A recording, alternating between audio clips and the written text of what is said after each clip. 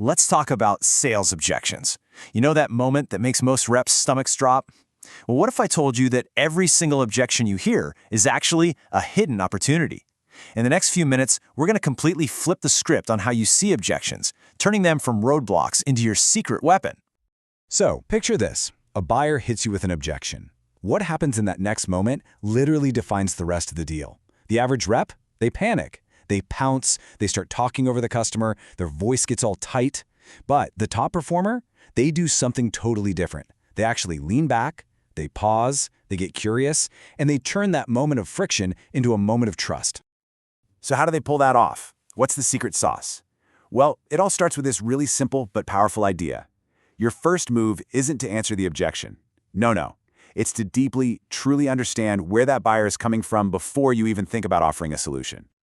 These 4 steps you're looking at right here, this is the foundation for the entire playbook. It's a sequence that's designed to do one thing: build trust and get to the truth. If you can master this part, everything that comes next gets a whole lot easier. Step 1 is going to sound almost too simple, but trust me, it is a total game changer. The next time you hear an objection, your only job is to just pause. Take a beat, take a breath. This does 2 critical things at once. First, it gives your own brain a second to catch up, and second, it sends a powerful signal to the buyer that you're actually listening, not just waiting for your turn to talk. It completely changes the energy of the conversation. Okay, so how do you clarify without making the buyer feel like they're being interrogated? Well, pros use this brilliant little technique called mirroring. So if a buyer says, "The price is just too high," your instinct is to argue, right? Don't just calmly repeat back their last few words with a questioning tone like, "The price is too high?" It's this neutral little prompt that encourages them to tell you what's really going on behind that statement. And here it is. Seriously, this phrase is your secret weapon. It's absolute magic, because it asks why without ever using the word why, which, as you know, can immediately put a buyer on the defensive. This phrasing is collaborative, not confrontational. It's an invitation to explain. This right here is how you build an alliance. After you understand their concern, you validate it. And notice, you don't have to agree with them. You just have to acknowledge the feeling. Saying something like, "It seems like you're feeling a bit uncertain about the transition," shows them you're listening on an emotional level. It says, "Hey, I get it. We're on the same team here." Now, before you waste a single ounce of energy trying to solve a problem, you have to be sure it's the real problem, not just a smokescreen. This question is how you uncover those hidden objections, because if you magically solve their first concern and they immediately say, "Well, there's also this other thing," guess what? That other thing is probably the real deal killer you need to focus on. Okay, you've done the setup perfectly. You've slowed down, you've clarified, you've validated, and you've isolated the real issue. Now it's time to make the turn. In this next part, we pivot from just understanding the objection to actively resolving it by reframing the whole conversation. These next 4 steps are all about collaboration. Notice the psychology here. You're not telling them anything, you're asking.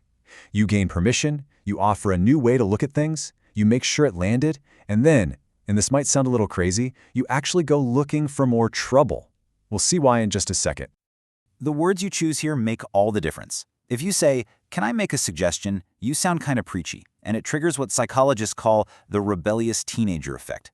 But if you just tweak it to, "Can I bounce a few thoughts off of you?" suddenly you're not a lecturer, you're a collaborator.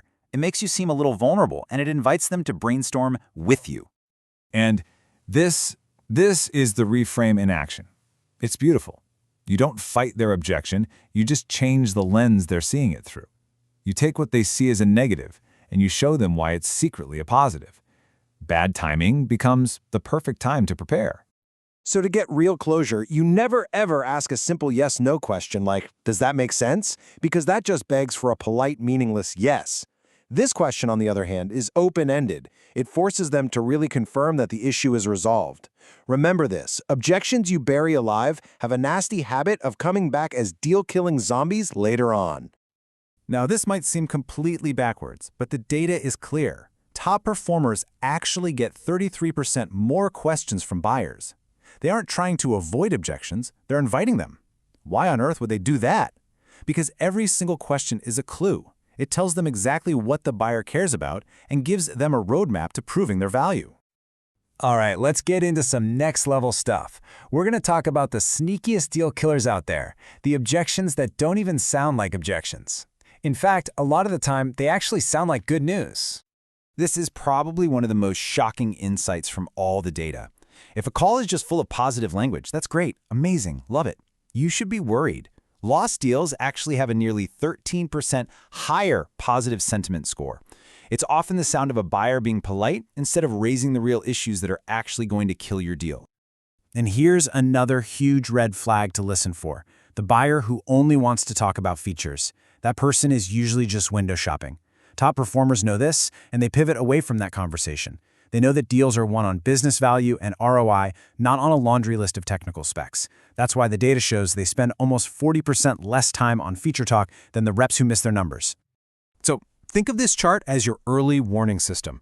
The moment you hear these phrases, especially "everything looks great" or you get total silence when you ask for questions, don't celebrate. A little alarm bell should be going off in your head. That's your signal to start digging for the real objection, using all the steps we just covered. Ultimately, all of these tactics and phrases, they all come down to one single thing: a complete and total shift in your mindset.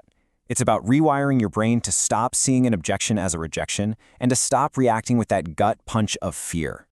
This is the goal right here. An objection is not a no. It is your buyer telling you exactly what they need to hear from you to get to a yes. It is a sign of engagement. It is a request for more information. It's a roadmap that shows you the exact path to winning their business. So I'll leave you with this question to think about. The next time a buyer pushes back, what are you going to see? Will you see a barrier that's stopping you? Or will you see it for what it really is? An invitation. An invitation to go deeper, to build real trust, and to truly earn their business.